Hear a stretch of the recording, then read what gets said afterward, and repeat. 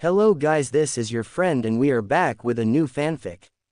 Which is what if Naruto was teleported to the DxD world and became the first boy at Kuoh Academy? Part 2. And if you enjoy this fanfic then please press the like button and subscribe to my channel for more fanfic like this. And now let's start the fanfic. Laying on sloped grass were three boys looking up at the sky with only one thing on their minds. Man, I want to fondle some. I can agree with that. Fondle some big, soft, beautiful. The three boys were Matsudo, Motohama, and Issei Hyodo. These three are students of the prestigious Kuoh Academy, a school that was once a private all-girls school that was converted into a co-ed school only a few years ago. They enrolled in this school as freshmen when they figured that the ratio from male to female would be massive. Matsuda, Motohama, why did we enter this school as freshmen? Motohana adjusted his glasses as he spoke. What kind of question is that? You know why. Issei jumped to his feet and pumped his fist in the air as he shouted out, to get our very own harem. The three were posed as if they thought they were cool with Matsuda shouting out, hell yeah, we were going to have unprotected with hot chicks and then never call them again. How is he not in jail already? A group of girls that were in the middle of a training run passed overhead, which caused the three to stare at their asses as if their eyes were magnetized to them. Issei then slumped as he said, so many girls in this school, and not one of them want to be with us. Why? Motohana adjusted his glasses again as he gave a sort of lecture to the question. It's because our enemies are strong. Like Kiba Yudo from class 2C. He has one of the highest marks in his class, he has the looks of a male model and is like the Prince Charming of all the girls here. Matsuda grit his teeth. Oh, I want to beat the crap out of him and see if any girl wants to be with him after that. Issei fell to his hands and knees with an aura of depression at hearing this. Just because he is hot, sexy, cool, so much smarter and so much better than us, he gets all the and he wants. As if the world wanted to mock them, Kiba walked by with a couple of girls asking him if he wanted to join them in karaoke. He respectfully declined their offer as the girls swooned over him, and for some reason, he seemed to have sparkles around him as if he came out of a fantasy. Seeing this scene caused the three to silently curse his very existence. Issei slammed his fist into the ground. If only he didn't transfer here, we would get all the. Motohana adjusted his glasses again. He does that a lot.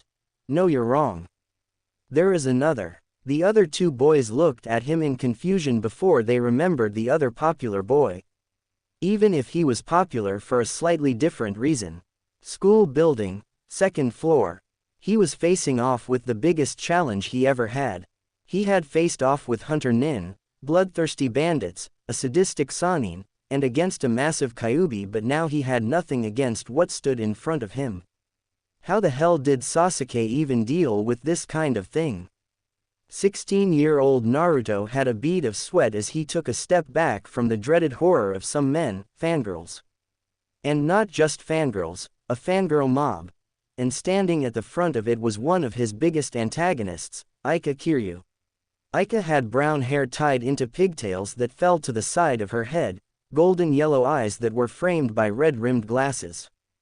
He didn't know why, but she seemed to find enjoyment in tormenting him by harassing him every chance she had. In fact, she usually set up these mobs to chase him all around the school. He remembered the mobs back in Konoha that would attack him if they caught him, but he felt like if these mobs captured him, he would lose something other than his life. At it again, Ika. Oh, first name basis are we? She smiled coyly at him as she crossed her arms under her bust. I didn't know you loved me so much, nah, Ru, too. This girl is going to be the death of me. He tensed his muscles as he got ready. What makes you think that you and your crew are going to get me this time? Her smile was almost sadistic as she brought her hand up to cup her cheek. You can't get away from us forever. Those whiskers will be ours. She had a glint in her eyes that said that she was about to begin. Naruto saw that glint and got ready. She brought her hand up. He shifted his foot. The girls moved their dominant foot forward. And it began. Let's get him, girls. Naruto turned and ran. Catch me if you can. Why do I have to challenge them to this? Because deep down you enjoy the attention. I don't need your input on this too, Chan. And so the chase began. Something the teachers had gotten used to at this point, since this became a common occurrence ever since he had arrived. Besides, the girls know to behave when they have to, so it was okay for them to have a little fun with this chase. Besides, it was thanks to these chases that the girls grew more physically fit, since they never caught him and they would always try again sometime later. Back with the perverted trio, Issei was now in a fetal position as he cried, "With those two at this school, we'll never get any." Motohana patted his shoulder. "It's the sad truth." He also had tears coming out of his eyes. Matsuda, however, looked at his watch. "Oh crap, it's almost time." The other two boys looked at him in confusion as they asked at the same time, "Time for what?" Matsuda looked at his friend and smiled as if he had suddenly been fused with a chimp. "I found the perfect spot to watch the of the Kendo Club." Issei suddenly realized something when he heard the word club. "Oh crap, that's right. The swimming club. We gotta go if we want to see them get all wet." Matsuda shook his head. "Come on man, we already spied on them. It's time for something new." Motohana nodded. "I have to agree with him. There are many choices of an out there. We must appreciate all types of them." Issei was conflicted as he agreed with them, but he felt that they should stick with what they had. Shaking his head, he stood resolute. "I will stick with the wet. You guys can go enjoy the Kendo Club. We can compare later." The three nodded as they went off to their destination. Back with Naruto. He was now stuck between a rock and a steel wall. Behind him was the mob of fangirls that would do anything to get their hands on him and his face, while in front of him was another one of his antagonists in this school, Akeno Himehime. Era, so excited to see me that you ran straight into my arms." Naruto looked at one of the so-called school beauties. She had been one of the people he thought was in a manner like he used to be in his very early years. Someone that hid pain behind a mask, but unlike him, she never dropped it. When he became a genin, he stopped caring about keeping up a smile. He would do what he wanted, and if the villagers didn't like it, then they can shove off. But from what he saw and felt, Akeno still held onto her pain and hid it every day. He could feel her self-loathing, and it bugged him that she had such a thing, since from what he could tell she was a nice girl, albeit extremely sadistic. Though whenever she would chase after him, at a much lesser degree, she seemed to enjoy herself a bit and almost forget her self-loathing. This was an issue with him to a small degree, however, because she was much more forward to what she would like to do with his face. "Yufufu, why not fall into my arms so I can protect you from the evil girls after you? Afterwards, we can have some alone time." She licked her lips as she spread out her arms as if he would jump right into them. Naruto was stuck. Mob behind him, sadistic girl in front of him. Now what? If you weren't so keen on staying hidden, you could have gotten away already. Can't. That girl that smells like cats has chakra. Yusaka told me that she hasn't sent anyone to check up on me, so she could be from someone else. With her following me, we can't let her know that I have chakra. The seals I put on me, Ino and Hinata, are keeping us hidden, and I would like it to stay that way. Che, your choice. Naruto looked back and forth and saw that they were closing in on him. Aika had a gleam in her eyes as she saw victory and those whiskers coming ever so closer. "You can't get away from us this time, Naruto." Naruto was now panicking until he saw his salvation and made his choice. "You'll never take me alive." And he ran towards the side and jumped out of a conveniently open window. The girls gasped at seeing him jump from the second floor and all ran to the window to see if he was alright. Instead of seeing something gruesome, they watched as he flipped in the air until he reached a tree, stretched out his arms, grabbed a branch, spun around at once, let go, did an acrobatic air spin, and landed on his feet as if he was in the Olympics. Naruto got out from under the tree, looked up, and did a showman's bow. The girls all cheered and applauded at the display of acrobatics as they watched him walk away. Aika clicked her tongue. You win this time, Naruto, but I will claim those cheeks of yours. Akano watched the boy leave and licked her lips. You are becoming more delicious the more I watch you. She decided that she would go meet with Rias as she was to meet with her and Sona. Naruto brought his hands up behind his head as he thought about what to do for the rest of the break. He made his decision and decided to go meet up with Hinata. With Issei. Issei was hiding in the bushes next to the fence that surrounded the pool. He couldn't help but drool at all the girls that were swimming in skin-tight swimsuits that showed off the figures of all the girls there. His attention would always go to the girls that pulled themselves out of the pool, and he could see the drops of water slide off there, and his eyes traced the path of some that moved slowly to the side. It wasn't until he caught sight of one of the beauties of the school. He could not help but watch as she took off her swimming cap and her long luscious hair swung around her. She had a figure that rivaled Rias Grimori and Akano Himehime. Her personality would make any guy fall head over heels for her. Her shy nature would just want you to sweep her away as if you were her knight in shining armor, and her eyes looking the way they do make you want to just hold her hand and guide her around despite that she is able to see. Hinata Hyuga, one of the beauty queens of the school. Despite her always having lavender skin-tight bands on her wrists and ankles, she was one of the pinnacles of beauty to the boys. Issei wanted to shout out and scream in joy at seeing her come out of the water, but he did not want to get caught. Steam came out of his nose as he enjoyed the sight of her as they bounced a bit as she walked. This show is just about that, isn't it? Oh man, I'm so happy to be born a guy. All hail. Enjoying the view. Issei didn't look back when he heard the voice and harshly whispered, "Shush. Do you want to get caught?" It took him a few seconds to recognize the voice. He would have turned his head to see the owner of the voice, but he suddenly felt pain around his head as fingers dug into his skull. Oh wow, let go. Oh, I will, but not here.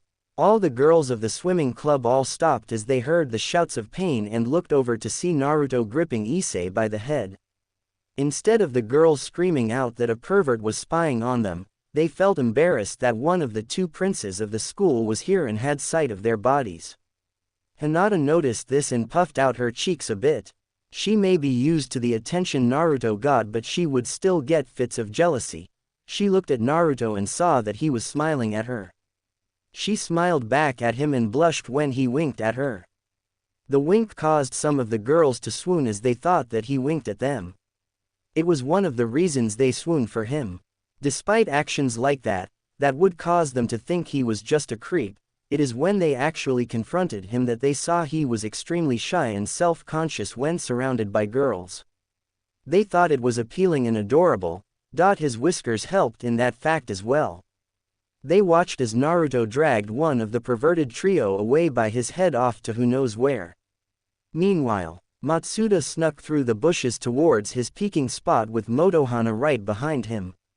Come on man, it's almost time for them to change and we don't want to miss those beautiful of Murayama. Don't forget those luscious legs of Katase. Matsuda nodded as he got to the hole that led into the changing room for the kendo club. He waved his friend over and they both looked through the hole to see the kendo club walking in. Oh man, here we go. Motohana brought his finger to his lips in a shushing motion. Shush, you don't want them to hear us. Both boys had their eyes wide as they saw the club getting ready to take off their uniforms. Come on, just a little more. Suddenly both of their eyes felt immense pain as they pulled back from the hole and held their eye as they shouted in agony. Ard, my eye, my eye. Motohana was rolling on the ground as his glasses fell off his face and showed that the lens had a small hole in it. Thankfully no glass entered his eye, but as he grabbed what was thrown into their eye he saw that it was a small piece of an eraser. Wah! Inside the changing room with her arms stretched out that had a purple skin-tight band was a girl that had long blonde hair that covered her right eye, teal eyes that looked as if they belonged at a jeweler, and a figure that was the envy of many girls. This was another of the school beauty queens, Ino Yamanaka. Ino smirked at the hole as she knew they were there when they were coming to peek at them and was waiting for the chance to do that. Katase walked up to Ino and asked, "What was that, Ino?" Ino turned to look at the girl and smirked. That was a couple of perverts that got what they deserved. Hearing this, the rest of the kendo club grew angry and were redressing themselves in their kendo uniforms and grabbing their kendo swords to go out and deliver their own punishment before the perverts ran away. But much to their shock, someone else had come and made it easier for them. The perverts that were spying on them were tied to the practice posts with the third of the perverted trio with them in the center. Tying them up was the first prince of Kuoh, Naruto. Issei was struggling to get out of his bonds, but the rope was tight. Why the hell do you have rope anyway? Naruto finished the knot and straightened up and looked at Issei with his foxy grin. To tie up perverts like you. Issei wiggled more as he whimpered out, "Grr, damn it. You have your own harem, why can't you let us have ours? What makes you different from us?" Naruto, with his foxy grin still on his face, patted Issei on the head. "Because my head isn't always full of senpai. And I don't have a harem." Issei, Motohana, and Matsuda glared at him before shifting their gaze at the oncoming kendo club and the blushes they had as they saw him. "Yeah right, you have half the schoolgirls after you." Naruto turned around to see the kendo club coming towards him and the other three. "Hey, girls, sorry for the disturbance." The entire kendo club blushed at the smile he gave them as Murayama spoke. "It's fine, Naruto. Thanks for getting them before they got away," she said as she did her best to hide her blush. Ino only sighed as she already got used to this, and knew that she couldn't do anything to stop it since she knew just how great Naruto was. Besides, she knew Naruto well enough to know that he would not ever cheat on her or Hinata. Though she couldn't help the little voice in her head that there might be some of these girls that might try and worm their way into his heart. But they would have to get through her first, not to mention Hinata. High walls for any other girl to try and scale. Naruto nodded as he looked at Ino. "By the way, nice shot, Ino." Ino her hip as she placed her hand on it and smirked. "Did you expect anything less?" Naruto chuckled and shook his head before he looked back at the three tied-up students. "Reminds me of the bell test." He put his hands in his pockets and chose that it was time for him to go. "Well, enjoy your practice, dummies." "Bye, Naruto," the kendo club said in unison before they turned to the three with evil smirks. The three began to sweat as Issei whimpered out, "Mercy." Screams of pain could be heard throughout the campus. Occult Research Club room. Rias, Akino, Sona, Tsubaki, and Kaneko were sitting in the main room of the Occult Research Club with Rias and Sona looking out the window towards where they heard the screams of pain. Rias was the first to speak. 3 years and nothing to show for it. I don't know why we thought that there was something hidden behind those three. Sona adjusted her glasses as she nodded. True, but I can't help but feel that we are still missing something about them, especially Uzumaki. Rias looked to Sona with a forlorn look. I've had my peerage tail him all this time and so far he has shown no relation to the supernatural. From our observations, he is just a normal boy. Ufufuf. Normal isn't something I would call him. Rias sighed as she looked back to her queen. Okay, apart from being physically fit and acrobatic, we haven't sensed any power coming from him. She looked to Kaneko who was munching on a cookie. And then there was that time you thought you felt chakra coming from him, which led me to believe that he was from the yokai faction sending in an agent to scout out the area, but you then said that it wasn't from him. Kaneko stopped munching on her cookie as she spoke in her monotone voice. Felt chakra, he was in area. She went back to her cookie. Yes. And you said he smelled like a fox. Still smells like a fox, possible pet. But no chakra. Rias sighed in disappointment. If he was a rogue yokai or had a sacred gear, I would have asked him if he would join my peerage. Sona looked to her friend. Why don't you still add him? With his acrobatics, he could be a useful knight. Rias thought about it but shook her head. Maybe, but for now, I need to focus on gaining an edge over Riser and I have someone in mind for that. Sona looked to Rias with a questioning look. Oh, and who would that be? Issei Hyodo. Sona looked to Tsubaki for details of the boy and she went through his general info from his grades, status, opinions from other people about him. From what Tsubaki stated, there wasn't anything of interest about him. May I ask why him? Rias looked out the window. I have a feeling about him. Tsubaki was the one to speak next, much like Uzumaki. Yes, but unlike Naruto, I can feel something coming from Issei, which is a safer gamble on getting something more useful. Sona moved away from the window to stand by her queen. When will you recruit him? Soon. Sona knew Rias and knew how desperate she was about this and had an idea of what she was going to do. Rias, be careful. The method for you recruiting this time could very well come back at you. Rias sighed again. I know, but this is the most secure way that I would receive his cooperation. I will repay him later if I can. Sona nodded as she and Tsubaki began to make their way out. As she opened the door, she looked back. Oh, if you are truly interested in Uzumaki, I would suggest you recruit him soon. If you don't, I might add him to my peerage. Rias and Akino turned to face Sona with a look of surprise on their faces. Akino cupped her cheek as she smiled. Interested in our school's whiskered prince are we? Sona pushed her glasses up as she spoke. He intrigues me. He and those two he arrived with. They are a mystery, a puzzle that is impossible to solve, and I wish to know the picture they make once solved. She then chose to leave as she thought about her own findings of not only Naruto Uzumaki but Ino Yamanaka and Hinata Hyuga. Her findings were nothing. There was nothing about where they came from, no guardian's name, there wasn't even any record of any of them living before they arrived at the school. They were a complete mystery. At first, she had assumed that they might be from one of the other factions sent here to cause disarray. But after 2 years of observing them, it became less likely. Another thought was that they might be refugees running from a faction or possibly human issues. But their records were too scarce to follow up on that. It was like they just popped into existence.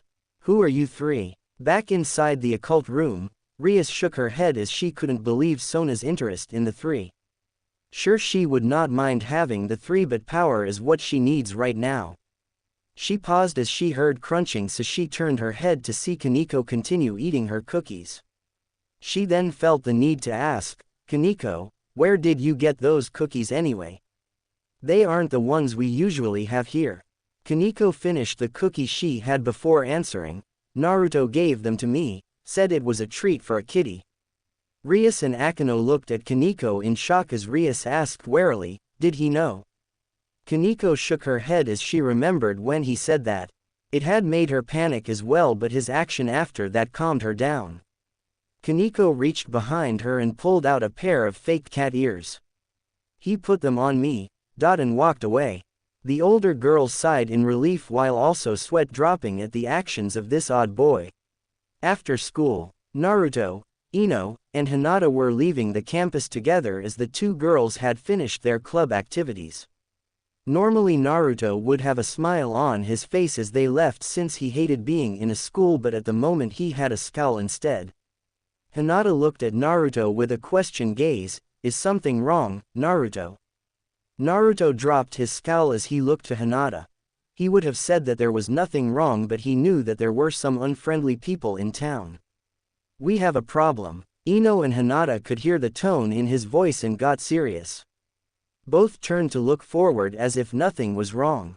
Ino asked, what kind of problem? Naruto shook his head as, at the moment, the issue was not after them. The kind that I hope passes by. For a while now, I have felt a lot of negativity from several spots around town. I haven't looked into them, but the amount of greed and malice they have bugs me. Ino shifted her eyes to Naruto, and why haven't you told us about it? Because they haven't done anything. No attacks, no confrontations. They are just going about the town. I figured that if they aren't doing anything, then we shouldn't look for a fight. Ino and Hinata stared at Naruto as if waiting for one last thing to come from him. Naruto chuckled as he rubbed the back of his head. Okay. I made a shadow clone at our house, placed concealment seals, and sent it off to follow one of them. They are holed up in that abandoned church for some reason and haven't moved for weeks. So why are you in such a mood right now? Because one of them is close. Ino and Hinata tensed up as if ready for a fight. Relax, they aren't coming our way or even moving. Hinata looked worriedly at Naruto. Shouldn't we go check it out then? Naruto shook his head. Remember, we are trying to keep a low profile. If we go off and attack them, or if they catch wind of us, we would have to leave town again, and after all the work we put into the potential way home, it would be delayed longer. They were now in a park, standing next to a fountain as Ino and Hinata stopped, causing Naruto to turn and face them. Hinata sighed as she looked at Naruto.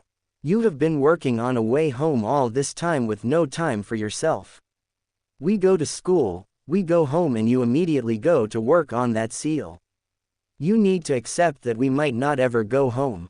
Naruto shook his head at this. I can't stop. I made a promise that I would get you two home as soon as possible. Ino put her hands on her hips with a scrutinizing look. And what about you? Naruto looked at the two in front of him as he smiled. My home is where you two are. When you go, I go with you. Hinata stepped closer and placed her hand on his cheek as she looked at him lovingly. And what makes you think it isn't the same with us? Naruto's eyes widened in shock as his gaze shifted between the two. But what about your families? Your sister, Hinata. Hinata smiled as she got closer and pressed her lips on his. Breaking the kiss, she spoke. We know that they are safe, and even if we can't see them, we can still communicate with them. Our place is with you, Naruto. Hinata took a step back, which gave Ino the chance to step forward, gently grabbed his face, and guided his lips to hers. After a second they broke the kiss before Ino spoke.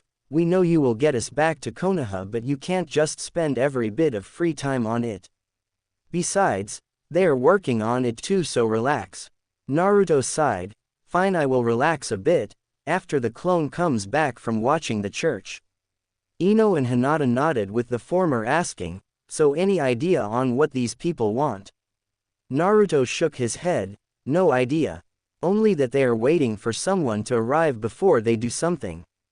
Hinata sat down on the fountain edge and asked, what about the closest one? Naruto could only shrug as he wasn't keeping tabs on that one. Don't know, but they seem to be staying there for the time being. Elsewhere. Will you go out with me? Issei couldn't believe it. This beautiful girl had just asked him out. What else could he say other than, of course?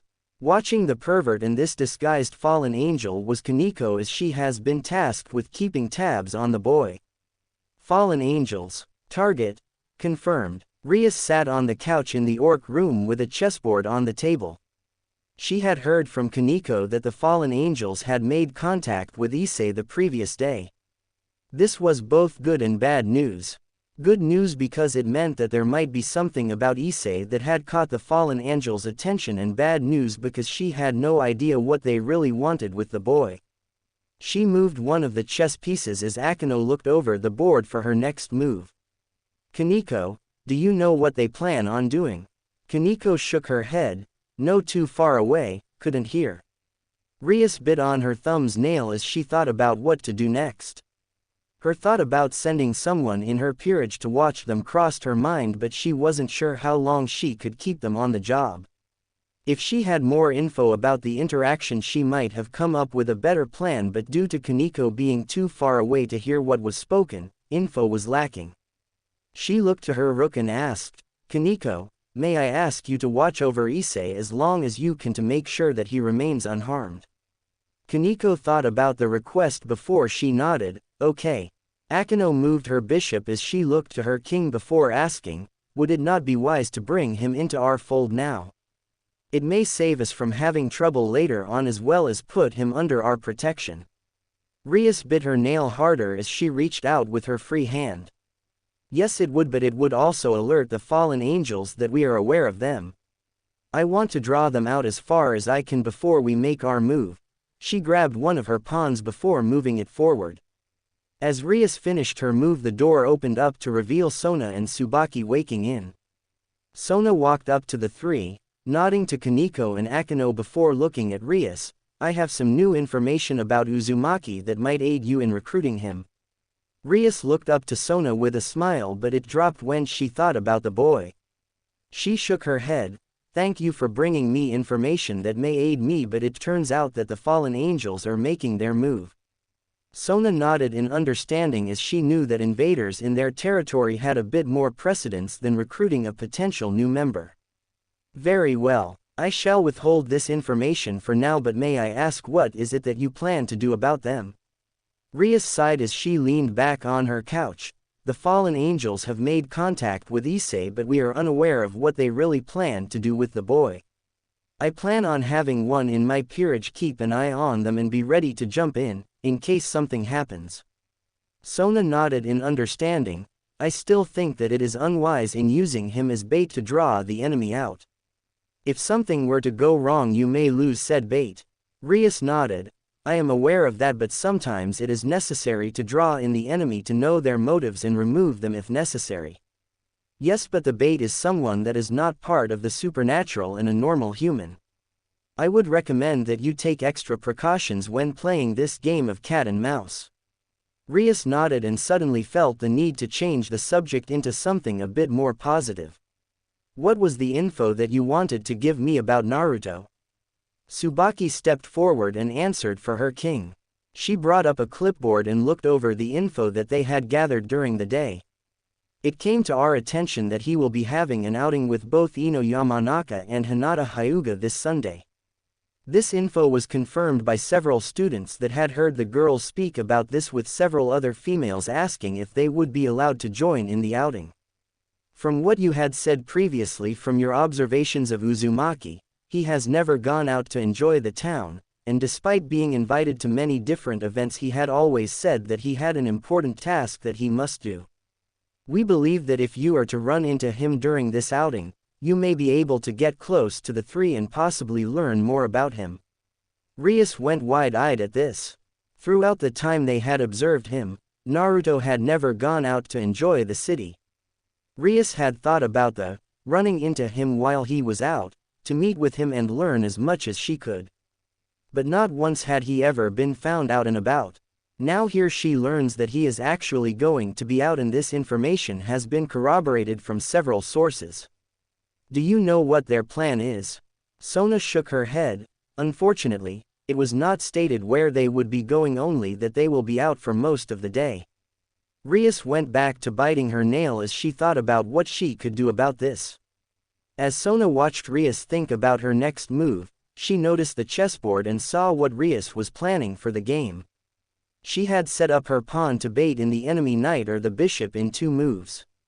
However, if either of them were to make a move to close in on it, the rook or king would be there to jump in. However, there was one more move the enemy could do that might cause issues. The enemy rook on the far side of the board could also make a move, but it would find itself set up as well, but in a different manner. Meanwhile, Naruto was laying on the couch trying not to eye the large seal that he had been working on for so long. He had promised Ino and Hinata that he would take a break from it, and now he was trying his best to take a break. He lifted his head when he heard the bathroom door open. He saw both Ino and Hinata come out clad in towels wrapped around their body and head. Ino and Hinata looked to see Naruto laying on the couch as they made their way to him. Hinata sat by his head before lifting it and placed it on her lap. She smiled down at him before she ran her hand through his hair. What are you thinking about? Naruto smiled up at Hinata as he answered her question. Just trying to calm my mind so I don't think about the seal. Ino leaned on the backrest of the couch and looked down at him. It shouldn't be that hard, Naruto. Why don't you think of something more entertaining, like the news that spread throughout the school today? Naruto sighed as he remembered what he heard during the school day. Honestly, I wouldn't have believed it if it wasn't for the fact that when he kept spouting out that he got a girlfriend, I felt that he wasn't lying. Who would have thought that someone like Issei would get a girlfriend? Hinata stopped running her hand through his hair before she flicked him on the nose. Naruto, anyone can find someone to be with. Despite his eccentric behavior, he also deserves to be with someone. Ino nodded before she made a face. He is the more tolerable of the 3 perverts. The other 2 would need someone very desperate to be with. Hinata looked at Ino with a reprimanding look. Ino, Ino brought her hands up in surrender. Okay, they can find someone too. Unknown to her, the sudden movement of her surrender caused the towel around her to loosen before it fell off, leaving her bare to the other two. Naruto's face turned red as he turned his head to look the other way. Ino felt the loss of her towel before looking down to see that she was now exhibiting herself to them. She smiled as she saw Naruto's reaction before she picked up her towel and wrapped it around herself. She then moved around the couch until she was in front of it and stood over Naruto. She then bent down and turned his head to look at her before she brought him into a passionate kiss. She caressed his whiskers, causing him to purr into the kiss, which made her smile. She pulled away and smiled at him. You need to stop getting so embarrassed when stuff like that happens. We live together, so it only makes sense that it would happen at times. Even Hinata doesn't blush like that, as often. Naruto, in all his maturity, stuck his tongue out at her. I can't help but feel embarrassed. It's just how I react. Ino gained a coy smile as she said, oh, and you laying your head on Hinata's bare thighs isn't something to be embarrassed about. Naruto felt his blush darken as he grabbed a pillow and covered his face with it, which caused the girls to giggle. Sunday morning, Kaneko was in an alley just outside of Issei's house, keeping an eye out to make sure that she would be able to keep an eye out. She had arrived only 30 minutes ago and looked at her phone to see that it was 8:30 in the morning. She kept eyeing the window that led into Issei's room, and for some reason, she had a sinking feeling. Especially since the shades were open, and despite it being the weekend and someone like Issei would sleep in, the sun should have caused some sort of movement. She was brought out of her thoughts when she heard the front door open and out walked the parents. She took a step back into the shadows of the alley and used her hearing to hear what they were saying. Issei's mother and father had a smile on their faces as they came out and discussed the progress their son had made. Miki was beaming as she gushed over it. Can you believe our useless son had finally found a girl that actually wants to be with him? Goro nodded as he cried happy anime tears. Our boy might finally gain some worth in this world. After he wiped his tears away, he looked to his wife. So did he tell you where he is taking Yuma today? Miki shook her head. No, he didn't say anything, but he was so excited when he left that he almost forgot his cell phone. Goro shook his head. Hopefully she will become a very good influence on him. True. Kaneko went wide-eyed as she heard this. Oh no. In town. Rias was walking around town looking for her targets, but she had no idea where to start. Throughout the week, she had tried to see if she could hear anything about their outing, but they were very tight-lipped about it. This didn't deter her as it was still morning and she had all day to find them. Suddenly her phone began to ring. Picking it up, she saw it was Kaneko and answered it immediately. Kaneko, what's wrong? Issei already left. He's on a date. Rias stopped in her tracks as she realized what this meant. They had no idea where Issei was or where they were going on the date. There were many issues with this, as they could have taken the train to go to the next town over, or they could still be in this town. If she could pray, she would for the latter. Kaneko, call everyone and have them search for Issei. What about you? Rias bit her nail before she answered, I will still look for Naruto. This could be the only chance to get Issei, Naruto, Ino, and Hinata. But Issei needs to be found. He is the one that has the fallen angel's attention, so he is the one at risk. Got it. Rias hung up the phone as she sighed. I hope they find him. She began to power walk now as her nerves were now getting worse. And I hope I can find them. Meanwhile, Naruto was gripping his seat as tight as he could as he was doing his best not to run away. He whispered out in fear, Don't go in there. Don't go in there. No. He bit down on his shirt to muffle his scream. The three shinobi were at the moment in a movie theater watching a horror movie. But not just any horror movie. It was one that had ghosts in it, and Naruto had a major fear of ghosts. Ino was doing much better, but she had gripped onto Naruto's sleeve as she had a mild fear of the paranormal. Hinata, however, was enjoying the movie as she had no fear of it. She munched on a cinnamon bun. It was one of the reasons that they went to this theater. They sold cinnamon buns at the snack bar. Naruto muffled out a silent question, why are we even watching this? Hinata, who was sitting on his right, looked at him with a smile, because we felt you needed to relax and there were a few movies that we wanted to watch. Yeah, but why this one?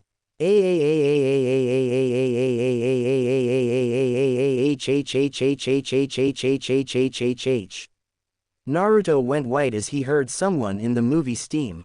Kurama couldn't help but scoff. Coward. He went back to watching the movie through Naruto, enjoying it very much. Elsewhere, with Issei. Issei was walking with Yuma as they began their date. They had breakfast at a diner before since it was early and now they went off to their next destination.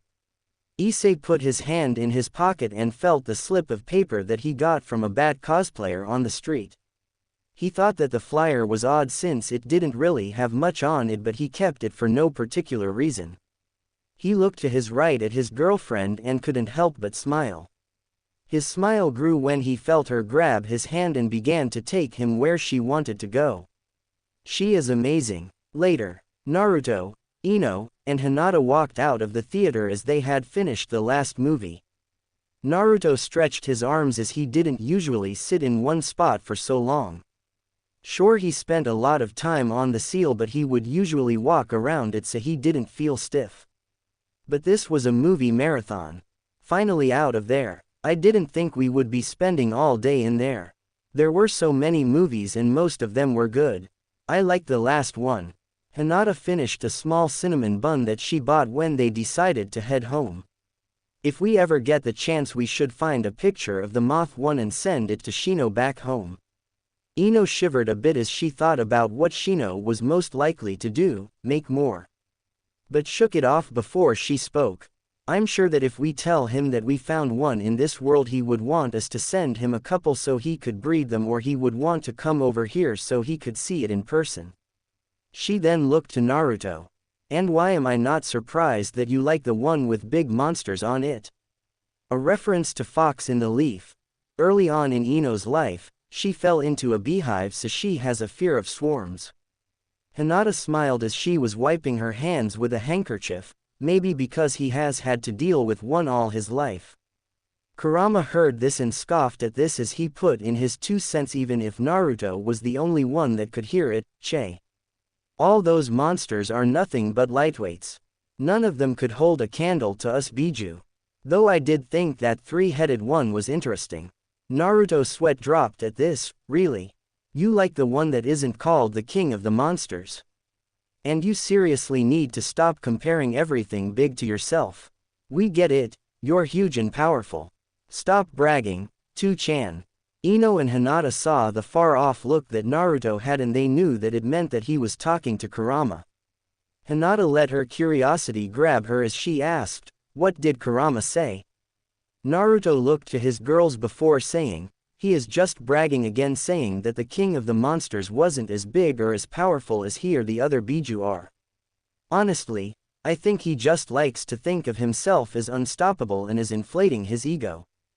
Hey. The girls giggled at this as they began to make their way home. Ino looked to Hinata as she asked, which one was your favorite? Hinata thought about the movies that they had watched and answered, I like the one with the dragons.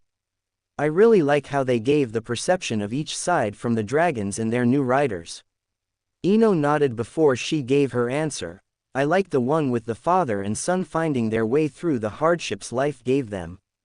Sure, it made me cry, but to be able to get the job that brought them out of their tough times. She then looked to Naruto, what about you? Naruto thought about the movies they saw and spoke, well, apart from the last one, I like the one with the showman. A band of misfits finding a home like that. It was a good movie, not to mention the songs they had. The girls nodded as they continued on their way home, discussing the movies they had watched.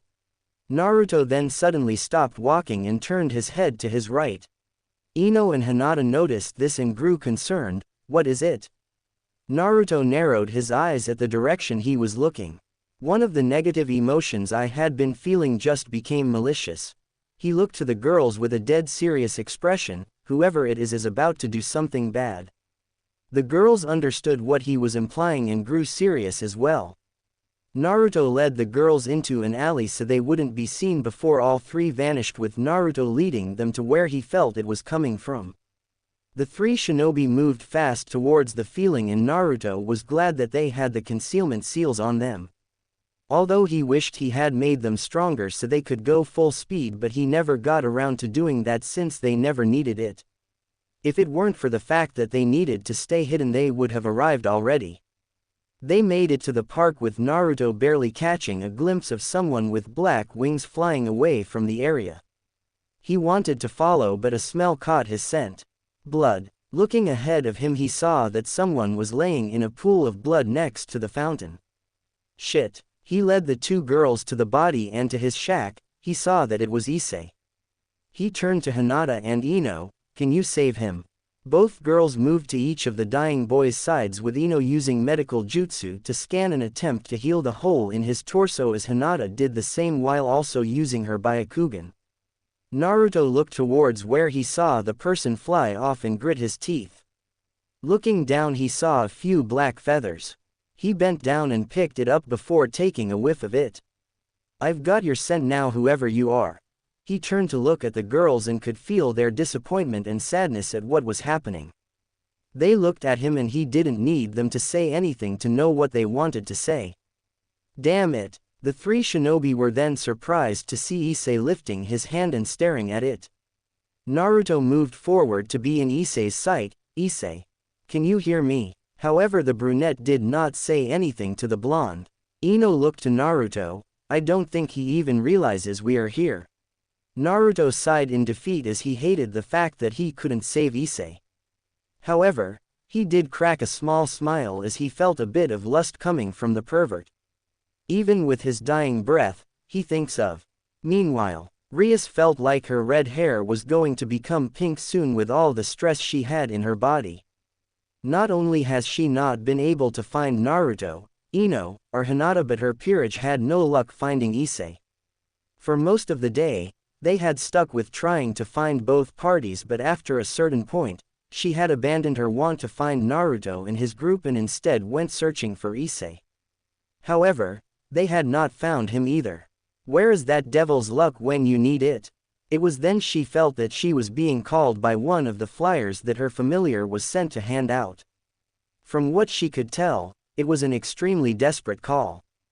Due to how strong the desire felt, she felt that she could handle it quickly and go off to find the fallen angel along with Issei. She moved over to a secluded area before she activated her teleportation circle and honed in on the flyer.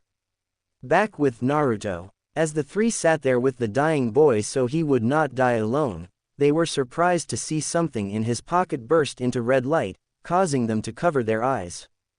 They saw that as it died down, a red circle appeared a few feet away from them and it caused them to be on alert. Naruto did not want to deal with whatever it could be, and being cautious about it, he sent out an order, "Hide." The three then disappeared just as a figure came from the circle. Rias turned around and saw who it was that called her, and immediately her mood dropped. One miscalculation was all it took to allow this to happen. Although she knew that this was a possibility, it did not mean she liked it. She knelt down to him and with a sad smile she brought her hand up. "Not how I wanted you to join my peerage, as I wanted to avoid doing this as you die, but I suppose there is no other way." She summoned her devil wings, summoned her pieces, and began the resurrection process. Hidden in the trees of the park, the three shinobi watched as the redhead girl did something to the body. Ino and Hinata were confused about what was happening, but they turned their heads when they heard something break. Naruto broke off a chunk of the tree as he glared at the redhead. Both grew concerned before looking at the bands he had on his wrist and could see them light up, trying to conceal his chakra. Ino was the first to ask, "Naruto, what's wrong?" Naruto took a deep breath, but his eyes showed that he was still outraged as his pupils were still slits. "I don't know what she is doing, but from what she just said, she expected someone to attack and kill him." Hinata gasped as she asked, "Are you sure?" Naruto shook his head.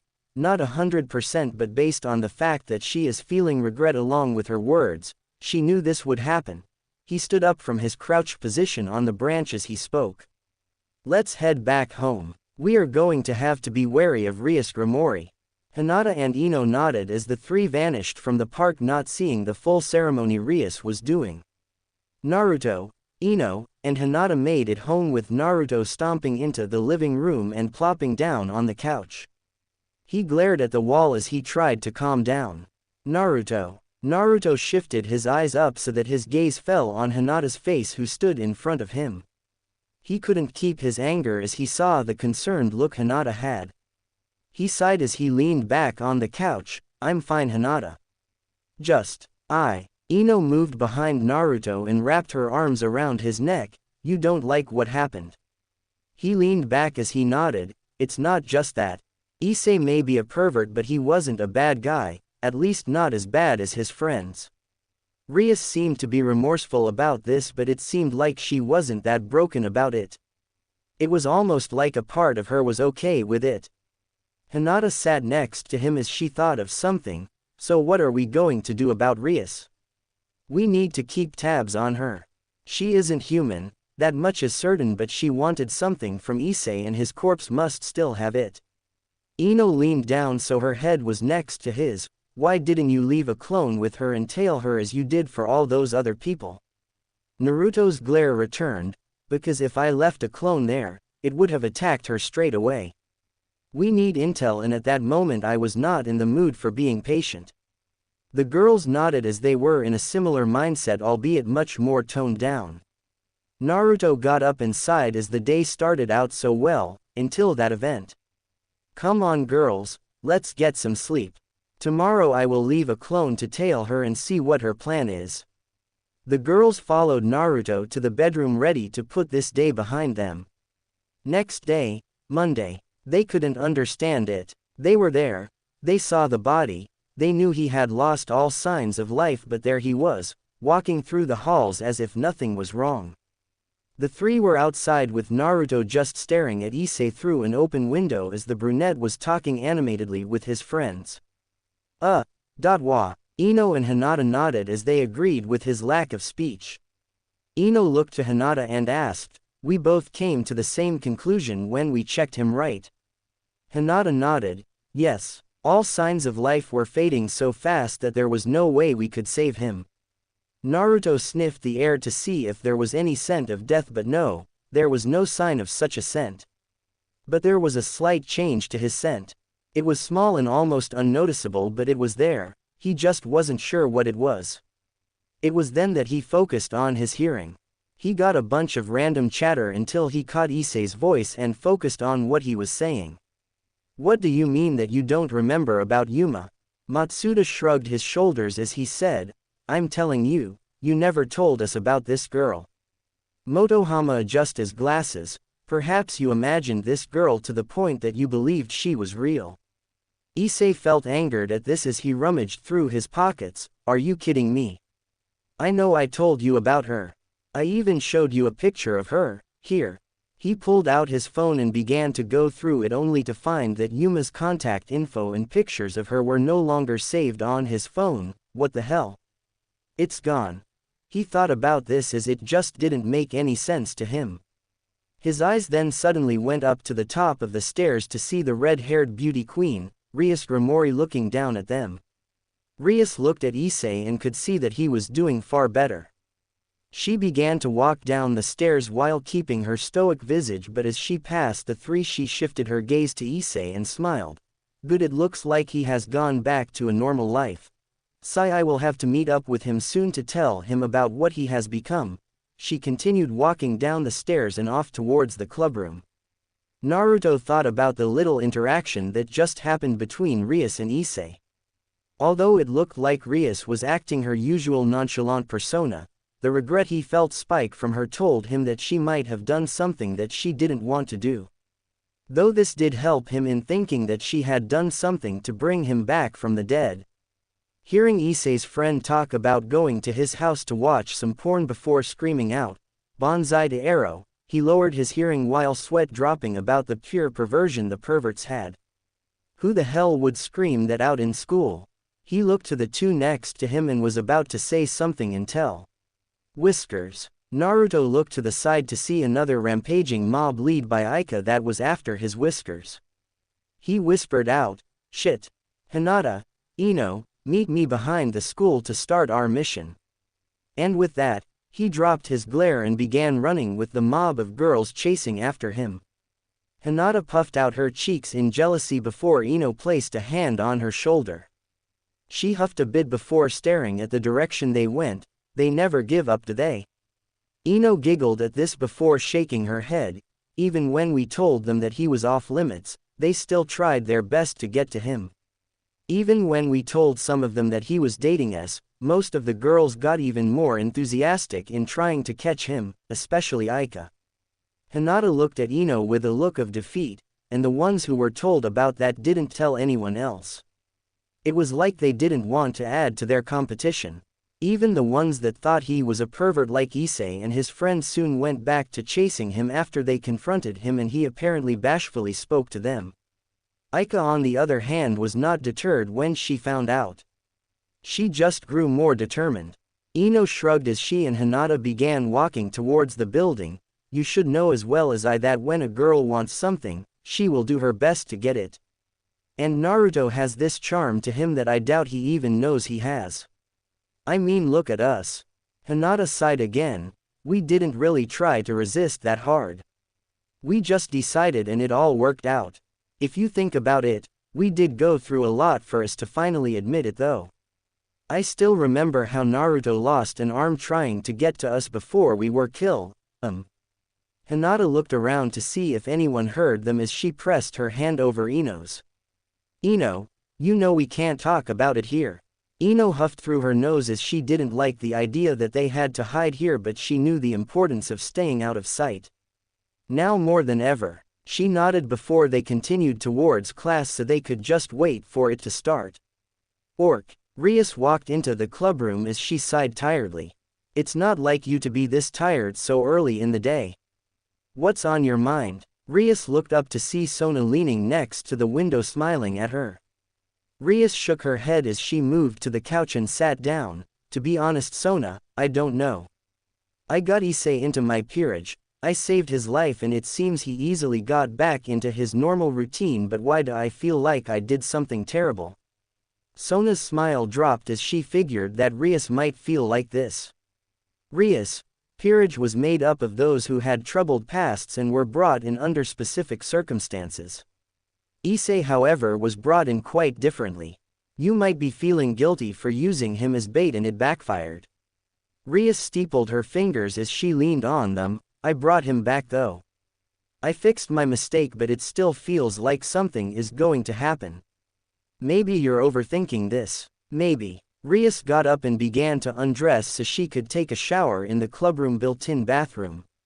Sona looked out the window as she asked, "By the way, about Uzumaki."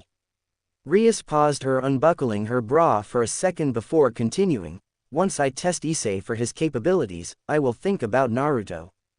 Sona nodded. "When will you inform Hyudo?" Rias was now fully as she walked towards the shower room. "Tomorrow after school. Everyone will be in attendance for it and we can add him to the club during that time as well." Sona nodded as she pushed herself off the windowsill and made her way out of the room. "I wish you luck with Issei, though I still haven't given up my opinion on Uzumaki." Rias turned the shower on. "I know. I most likely will allow you to have him as we found nothing about him in the years he has been here. A part of that rumor that he is dating both Ino and Hinata." Sona paused as she smiled good-naturedly. "It's hard to believe based on his nature. He doesn't seem the type to try and gain a harem like Issei and his friends. But then again, this just adds to the mystery of Naruto Uzumaki." She walked out of the room and off to the student council's office. Later that night, "Can I at least rearrange their minds so they won't be perverts anymore?" "No, Ino. You can't kill them, make them brain dead, cut off their balls, make them impotent or rearrange their minds." Ino huffed as she laid back on the roof the three were using to keep an eye on Issei. So far, it was turning out to be a waste of time since the first thing the guy did was head over to his friend's place and started watching porn. And frankly, she was bored. This is a complete waste of time. All they have been doing is watching that weird cosplay smut. How can they even find that stuff entertaining? Hinata shook her head as she sat with her knees up. Everyone has their preferences, Ino. Although Hinata looked as calm and content as ever, she was also finding this stakeout to be quite tiresome. Naruto would have been bored if it weren't for the fact that he was blushing in embarrassment since he could hear the moans and sounds that came from the videos that the three perverts were watching. He may not be able to see it, but he sure as hell can hear it. Can't they watch something else? Humans have a weird way of entertaining themselves. To watch such things when they could be doing something more entertaining. Oh, you mean like going on a rampage and destroying a few mountains? Quote. Maybe 3 or 4. You know we can't do that. Kit, we haven't had any chance of fighting anything. And no, your training doesn't count. Seeing you beat yourself and helping your mates become stronger cannot be considered a fight. Sigh. Yeah, we got much stronger, but the three of us haven't been able to test out our full strength. He was brought out of his thoughts when he felt Ino tapping him on the shoulder. He looked at her to see her pointing at the house. He saw that Issei was leaving and heading towards his house. Finally, I was really getting tired of hearing all those ohs and ahs. Let's go. The three followed in the shadows as Issei dazedly walked home. This was something the three noticed and grew confused about. It wasn't until Issei turned around to look towards a mother and daughter a good distance away from him. How can I hear them all the way from here? The three were stunned to hear that Issei had heard the little girl complaining to her mother about some candy she wanted. They knew for a fact that the people here cannot hear that well. They could because they had the training to increase their hearing, and channeling a minute amount of chakra into their ears helps as well, but Issei was normal. Or at least he used to be. Naruto narrowed his eyes as he noticed the boy change direction and was heading towards the fountain where he died. He was unsure how good Issei's hearing became, but he gestured to his two companions to pull back a bit so there was a greater distance between them and him as he whispered out, "Think he remembers he died there." Ino thought about it as they moved, possibly. During the day it didn't seem like he had any idea of what happened. It might be a suppressed memory that he has subconsciously forgotten, but if he is going back to that fountain, he might have an inkling about it. Naruto and Hinata nodded as they followed from a distance. Fountain. Issei walked slowly towards the fountain he remembered from his date with Yuma. This was where we had our date. I know it was real. I remember her hand intertwined with mine. Her smile when we went out for ice cream. He clutched his shirt as he remembered how it felt to have someone by his side, someone that didn't look down on him or think he was nothing more than a pervert. It can't have been just a dream, could it? The three shinobi were hidden in the trees too far away for the girls to hear what Issei was saying to himself, but Naruto could. Naruto shook his head. I don't know exactly what happened, but looks like this girl really left an impression on him. Hinata looked at him as she asked, "What do you mean?" Naruto sighed. It almost sounds like he felt how I would feel when I'm with you too. Ino and Hinata now understood that the girl Issei was with meant a lot to him. Ino then gained an inquisitive look. Then there is more to this than we realize. This girl shows up out of nowhere, and then after Issei gets killed everyone forgets that he even said her name. The other two nodded with Hinata speaking up. It would seem that someone erased the memory of Yuma. But the question is, why were we not affected? Naruto thought about it for a second before he mentally asked, "Tu-chan, you got any idea?" Kurama opened one of his eyes since nothing of real interest was happening and he decided to take a nap. There was that small tickle that happened last night when all of us were asleep, but it was so small that it didn't even seem worth mentioning. Maybe that was a genjutsu that erased memories. You didn't say anything. Like I said, Kit. It was too small to even care about and it didn't even affect you three, so it wasn't worth mentioning. Naruto was brought out of his mental conversation when he felt one of the negative beings he felt throughout the city suddenly appear in the park and a weird sensation overtook him. He looked to the girls to see that they also felt it. He looked toward Issei to see that he wasn't alone anymore. Not good. Ino, Hinata, circle around him in case he tries to flee. I'm going too. He paused as he saw Issei make a leap that should not have been possible for him. Okay, now I know something is up. Girls go. Ino and Hinata disappeared from his side as Naruto made his way closer. So you are running away. Issei panicked as every fiber of his being told him to run away from this trench coat wearing man. What the hell is going on? And he turned and ran. Naruto turned in the same direction of Issei as he followed from within the forest. Okay, he is slightly faster now. He then felt the malicious intent coming from the stranger, and the interesting thing was that it was coming from above Issei. Looking up, he saw the guy with black feathered wings and his mind immediately went back to the previous night. Issei ran away as fast as he could to get away from the random guy. What the hell is going on? Who was that guy and why do I feel like I shouldn't even be near him? He saw black feathers begin to fall from above him and he remembered that Yuma had the same kind of feathers. Looking up, he expected to see her, but instead, he saw the man looking down at him. He stopped in his tracks when the man landed in front of him. The man looked around to see if there were any other signs of devils nearby and was intrigued by the fact that there was no sign of anyone else, no master, no comrades, which means you are nothing more than a stray. He brought up his arm to the side and summoned a light spear, easy prey. Issei turned and ran in fear. If this is a dream, then someone, wake me up. In his haste, however, he tripped and fell to the ground. Turning his head, he saw the man throw the spear at him, aiming to kill him. Someone, anyone, help! He shut his eyes as the light from the projectile grew closer. After a few seconds, expecting to feel some sort of pain and not feeling anything, he thought to himself, was it a painless death or something?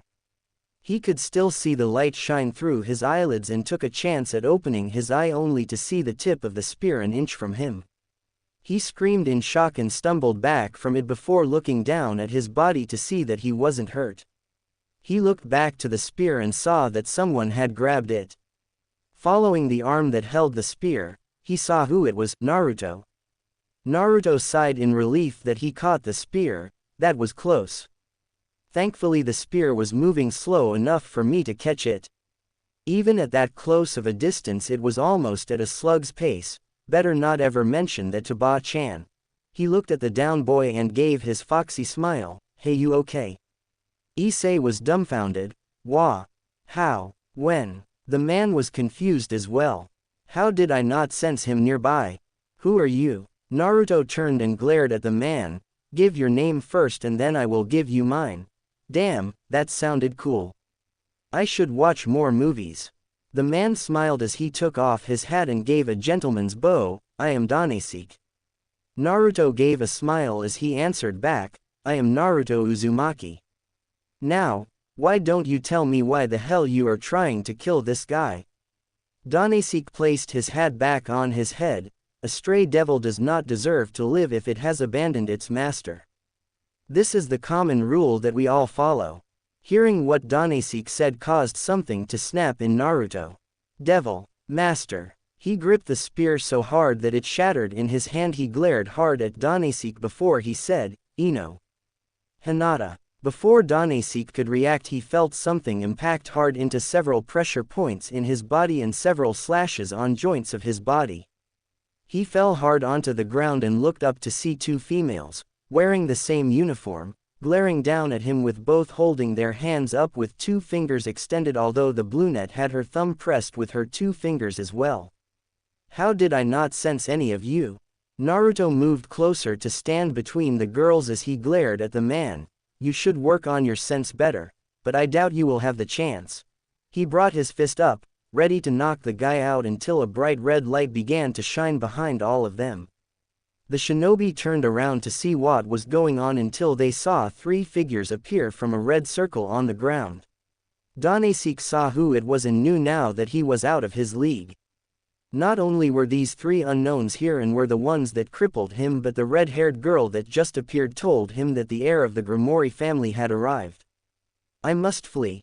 Luckier him, his wings were still functional and he used them to push himself off the ground and into the air.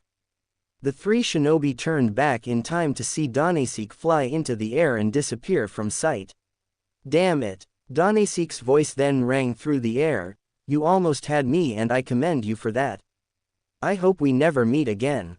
Naruto saw a feather fall from the air and swiped it into his hand. Taking a sniff, he knew two things now. 1. This was not the same winged figure that killed Issei before, and 2. He had the man's scent and would not let him get away next time. Rias knelt down to Issei and looked him over to see if he was okay. Are you alright, Issei? Issei was confused about what was going on. First, a weird man pops up out of nowhere to kill him. Next, his classmate and one of the most popular guys in his school shows up and saves him. Then two of the beauty queens appear and take the man down. And now the third and fourth beauty queens show up with the mascot of the school with the red-haired one looking him over, making sure he was okay. What's going on here? Rias sighed in relief that he was fine. She did not expect another attack from the fallen angels so soon, but she was glad that it didn't turn out to be another death. I promise I will explain everything to you. Why not do it now? Rias, Akeno, Kaneko, and Issei looked up to see the angry look of Hinata and Ino and the dark look coming from Naruto. Naruto took a step forward and spoke with anger clear in his voice, why not explain what the hell you are and what you did to him? Rias was a little taken aback by the attitude the blonde had. Not once has anyone seen anger in the blonde's face, and some even thought that he didn't even know how to be angry, but the look he had now showed fury he was holding. She took a breath as she stood up and stared Naruto in the eye, so I was right that there was something about you. Do not try and get out of explaining. He paused for a second as something came to him. So you can teleport. Rias was stunned to hear such a declaration. Yes, she and the other two teleported here, but to come straight to such a conclusion was of interest to her. How did you know that? Naruto did not grace her with an answer. He wasn't going to tell her that he had a clone watching her as she went about her business in the clubroom she uses and dispelled when the three disappeared in the same red light. He shifted his gaze to the other two that arrived with Rias and decided to push deeper into his advantage. So it was you that had Kaneko tailing me all this time. He saw the shock on Rias and Akeno and the slight widening of Kaneko's eyes. He looked at the petite girl and said, "You're not as stealthy as you think." Looking back at Rias, he spoke with authority, "Now answer my question." Rias knew that she had to explain everything not only to Issei but now to the three unknowns that had plagued both her and Sona's radar for so long. I will explain everything to you and Issei tomorrow after school.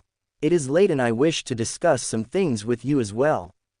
Naruto did not like the answer, but sensing no lie he took a few steps back till he stood with Ino and Hinata. You better explain everything since I hate liars. And with that, the three shunshined away. Everyone that remained there were stunned at the sudden disappearance of the three, and they looked around to see if they could get a glimpse of where they might have gone. Kaneko was the most startled as she said, "Chakra. They used chakra." Akeno and Rias looked at her in shock. So that time you said you sensed chakra and he was in the area meant that it did come from him. She then gained a question, how have they remained hidden for so long? Kaneko shook her head signifying that she had no idea. Rias could only sigh as things were becoming far more difficult. It turns out that her gut feeling was right when she thought that there was something about the three, but now it seems like it will take some extreme convincing if she wants to add them to her peerage. She looked down at Issei, who was still too stunned to say anything, and she brought her hand up for him to take. Issei, I know you are confused right now, but I promise to explain everything to you tomorrow. But right now, let's get you home. Issei took the hand and got to his feet, and they began to make their way towards his house. He was still so confused that it didn't even register in his head that he was being escorted by three beautiful girls.